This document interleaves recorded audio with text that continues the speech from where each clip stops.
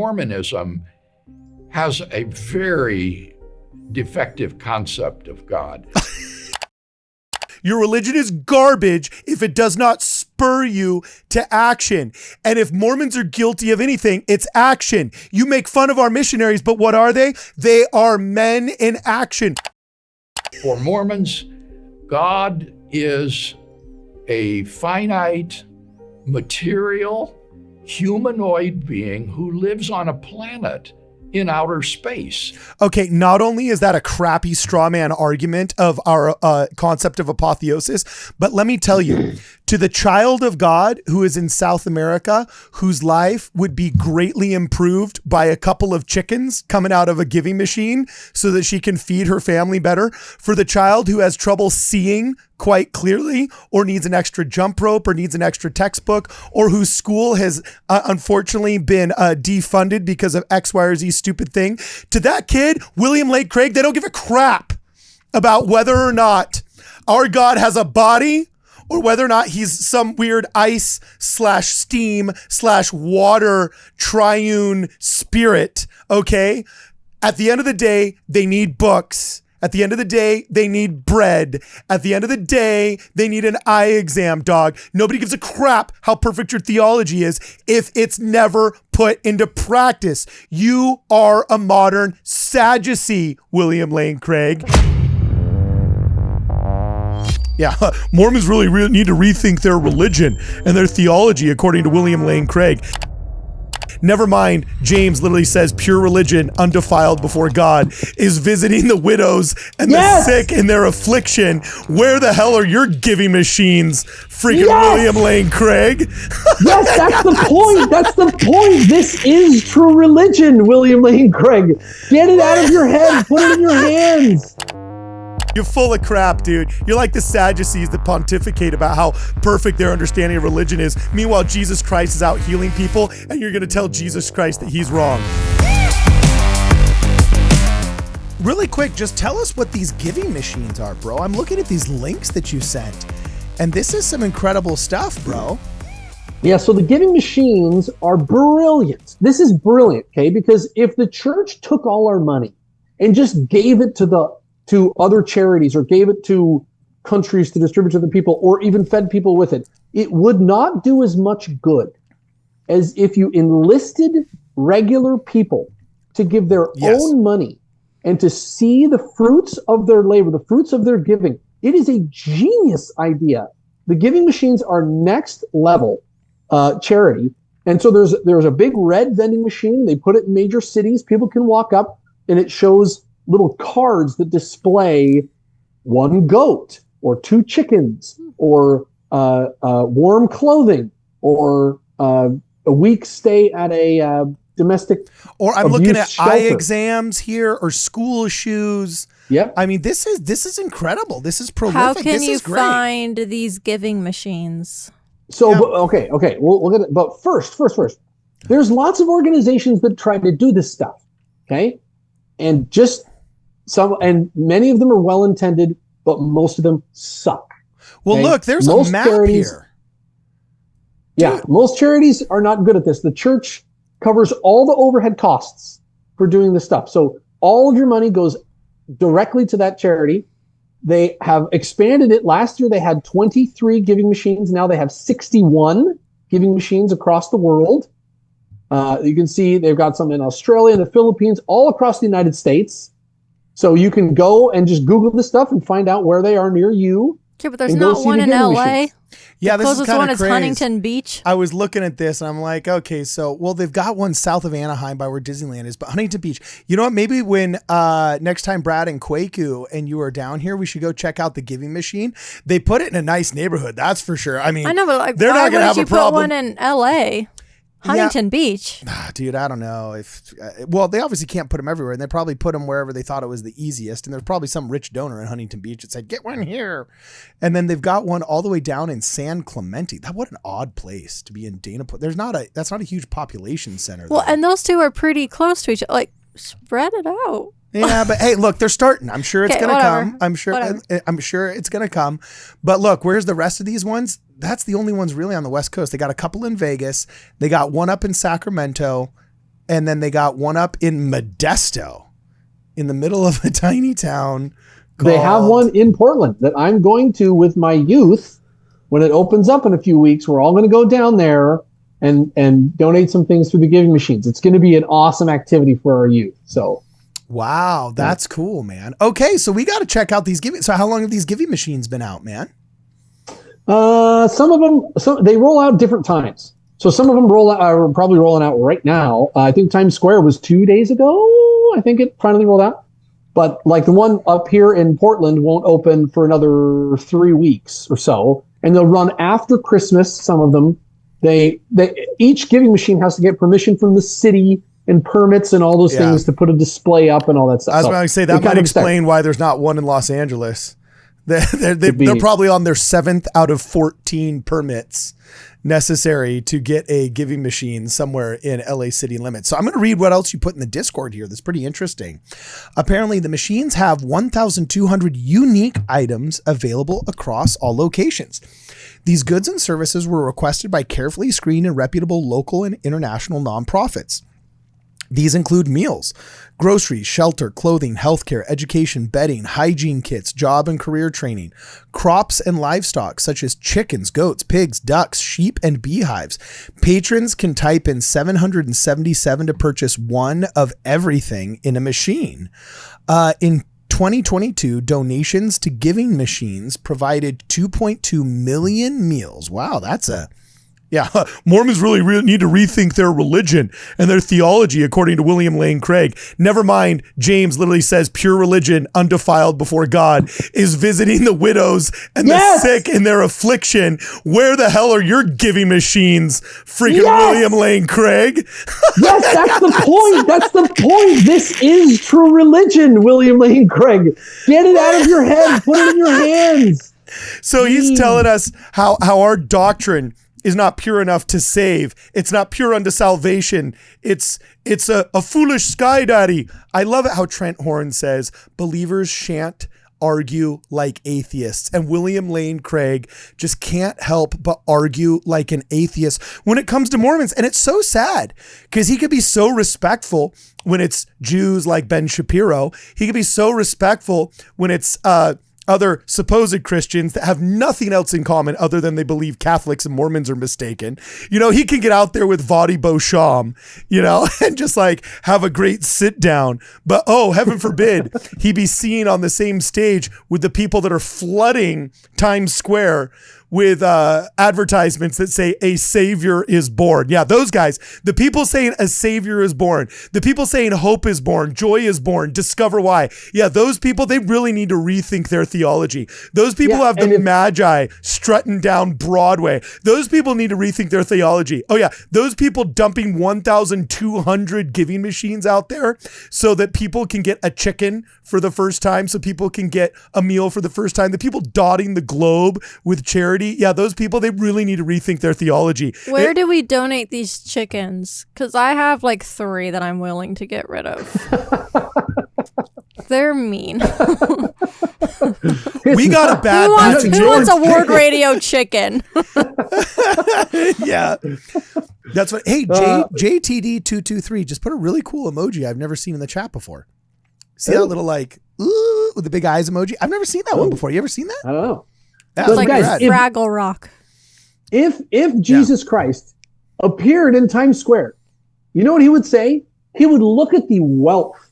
He would look at the decadence of our society and he'd say, I have starving children all over the world. Give some of your money to these poor children all over the world who are starving. The giving machines is exactly what Jesus Christ would want us to do this holiday season. It is Christmas. It's perfect. I love the giving machines. So yeah, if you go to a giving machine, Carla, if you go to a giving machine or anybody out there, if you find one, take a photograph of yourself by the giving machine, send it to Ward Radio. We'll put it up in a stream later this month or something. Yeah, dude, we'll make it work. We'll make it work. Yeah, but I just got to tell you, I'm embarrassed.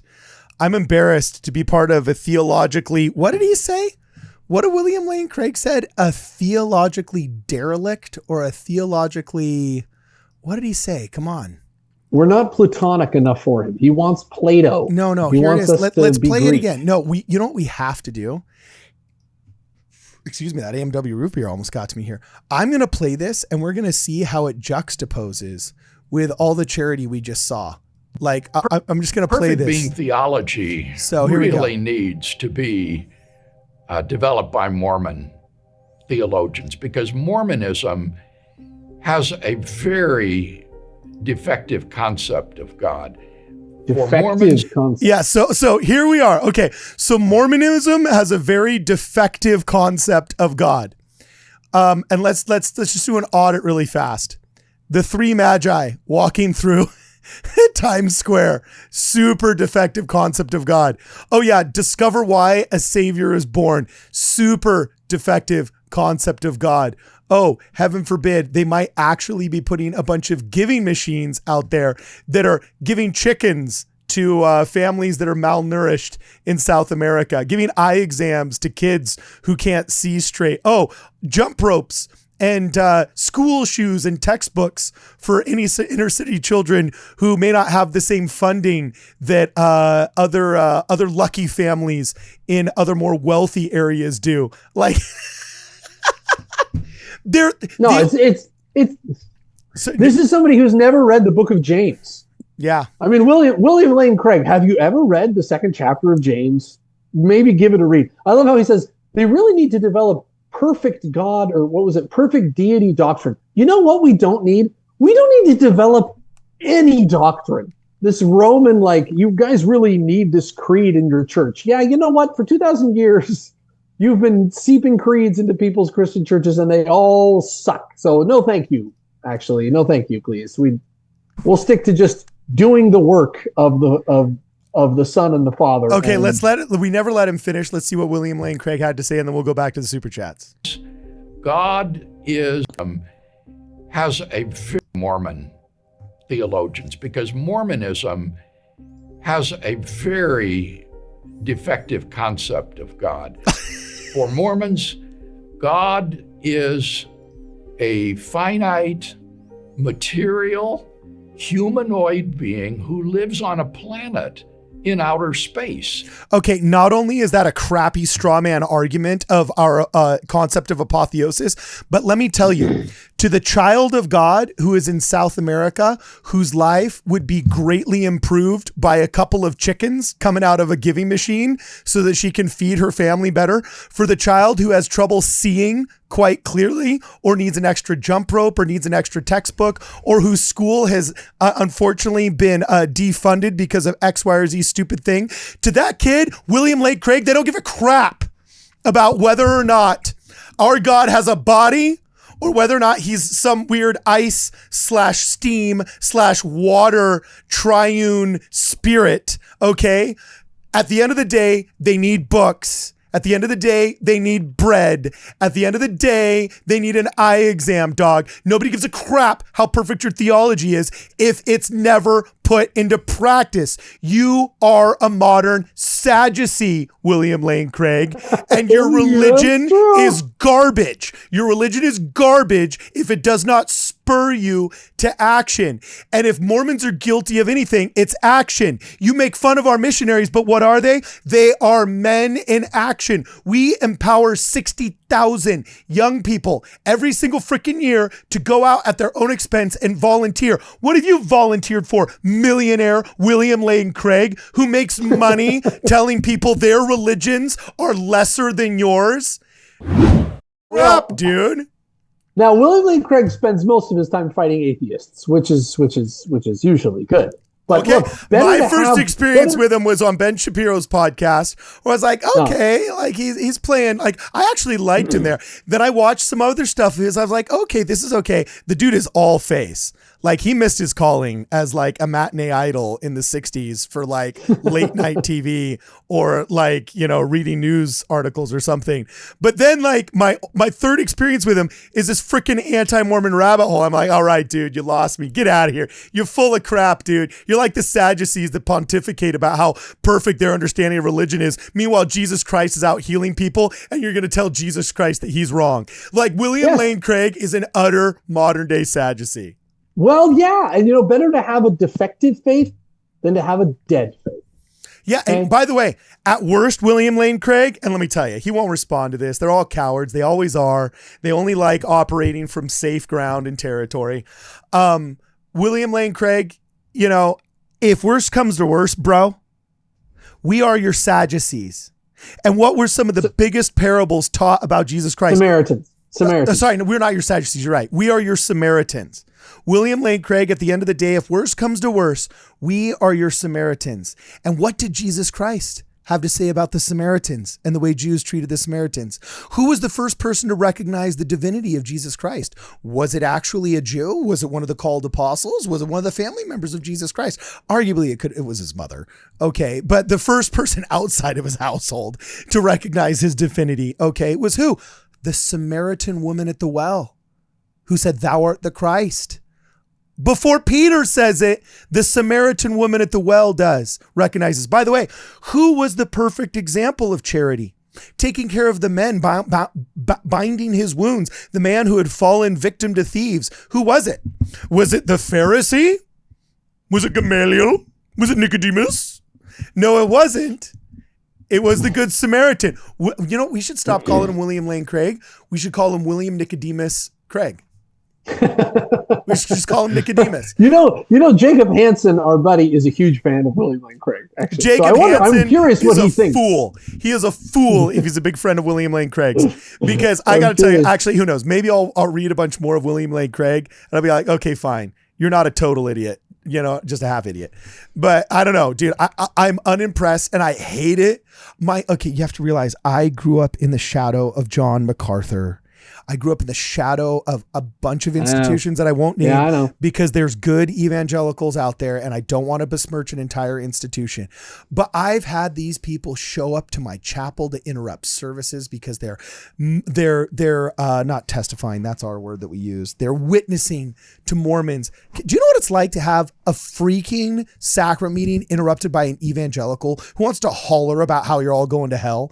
Do you know what it's like to be surrounded by a bunch of evangelicals that say, "Oh, you're not going to Bible study with us. You're not Mormon." And they start literally, my first experiencing Bible bashing was freshman year. Like I show up freshman year of high school. I can't go a semester into my high school before the freaking evangs know who I am and want to tell me how I'm going to hell. And by the way, did you know Joseph Smith was really just a treasure digger and you just believe in a sky daddy and you're selling real estate in Uranus because you believe that your space station daddy is going to, it's like, how, like, go away, leave me alone.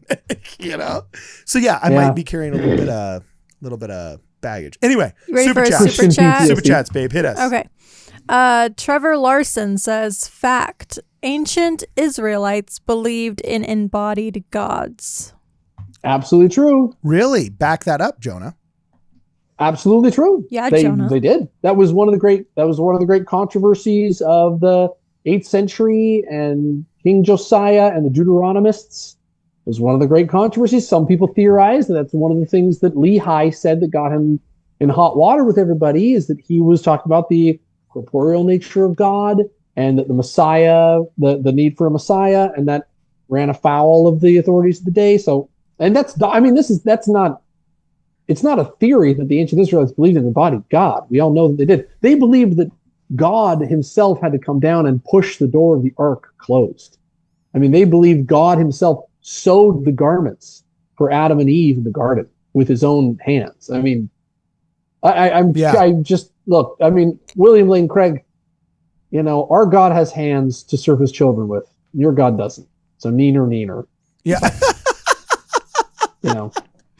You just got a good solid neener from Jonah Barnes. I haven't said neener in I don't know how long, but I want to bring that back now. Neener. Oh, yeah. Bring it back. We're going to bring it back.